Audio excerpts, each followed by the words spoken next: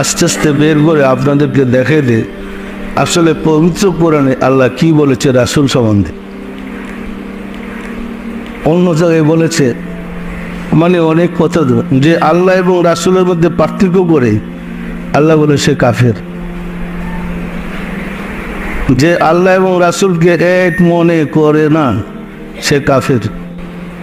একটু পরিষ্কার করে নেয়, ইউরিদুনা আইয়ুফাররিকু বাইনাল্লাহি ওয়া রাসূলি, যে আল্লাহ ও রাসূলের মধ্যে পার্থক্য করে এক মনে করে না সে কাফের। তাফসীর কারক বল পেছ লেগে গেছে, দুজনে কি করবে? দুইজনকে এক মনে করতে হবে। কি একটা বিরাট ব্যাপার না?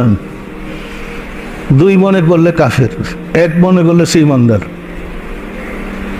এখন তাফসীর কারক লিখতে গিয়ে তাফসীর লিখেছে যে বিশ্বাসের মধ্যে যদি পার্থক্য করে, সে তো এক